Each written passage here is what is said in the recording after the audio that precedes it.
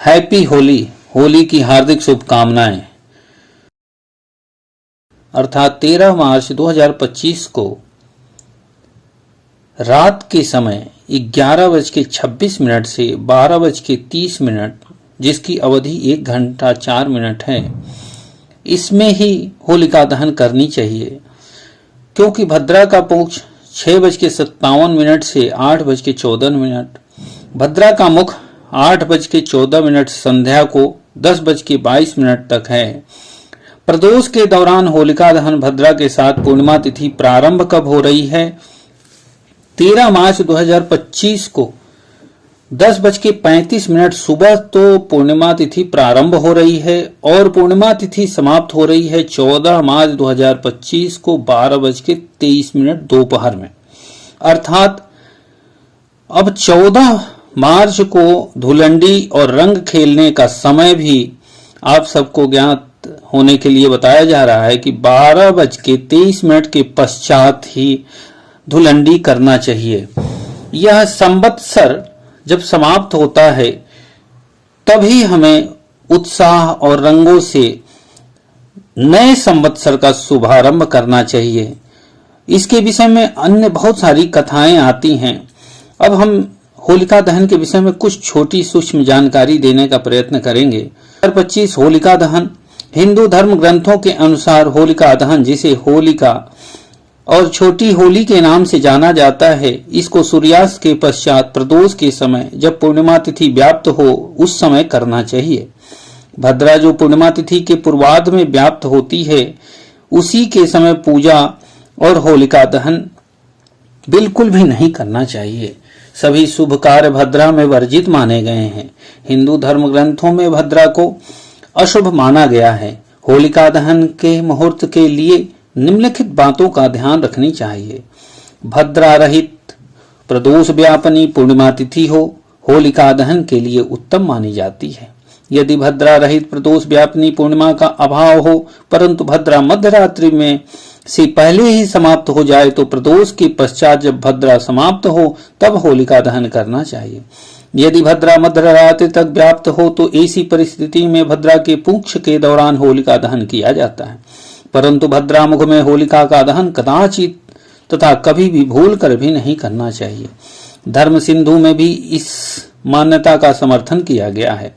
धार्मिक ग्रंथों के अनुसार भद्रा मुख में किया गया होलिका दहन अनिष्ट का स्वागत करने जैसा होता है, जिसका परिणाम न केवल दहन करने वाले बल्कि उस शहर तथा देशवासियों को भी भुगतना पड़ता है।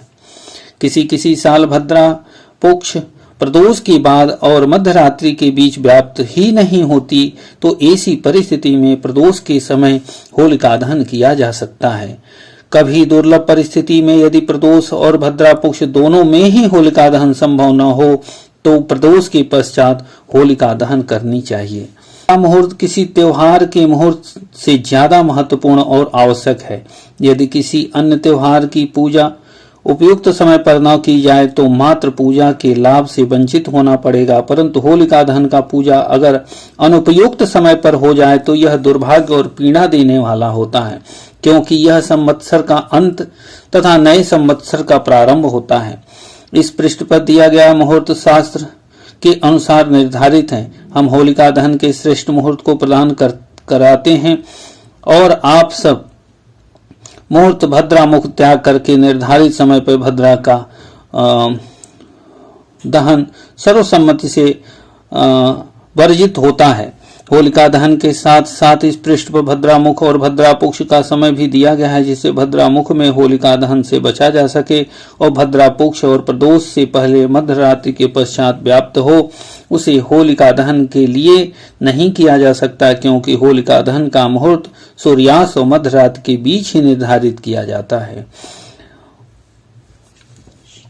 में 3 चीजों का महत्व है। पहला है होलिका दहन, जिसमें प्रहलाद की कथा प्रचलित है। रंग वाली होली जिसे धुलंडी कहा जाता है, सब लोग खुश होकर के और रंग वाली होली खेलते हैं।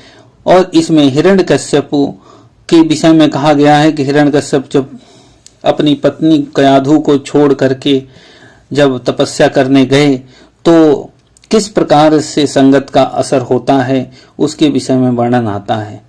इस कथा में यह कहा गया है कि जब हिरण्यकश्यप अमरता प्राप्त करने हेतु भगवान ब्रह्मा को प्रसन्न करने के पश्चात उसी समय राक्षस हिरण्यकश्यप अपनी पत्नी कयाधु के पुत्र प्रहलाद का जन्म होता है। उनका पालन पोषण देवर्षि नारद जी के मार्गदर्शन में हुआ। तत्पश्चात जब हिरण्यकश्यप ने प्रहलाद को मारने के अपने प्रयासों पर विराम नहीं लगाया तो भगवान विष्णु ने प्रहलाद की रक्षा करने तथा राक्षस हिरण्यकश्यप का वध करने हेतु भगवान स्वयं नृसिंह के रूप में आए और प्रहलाद का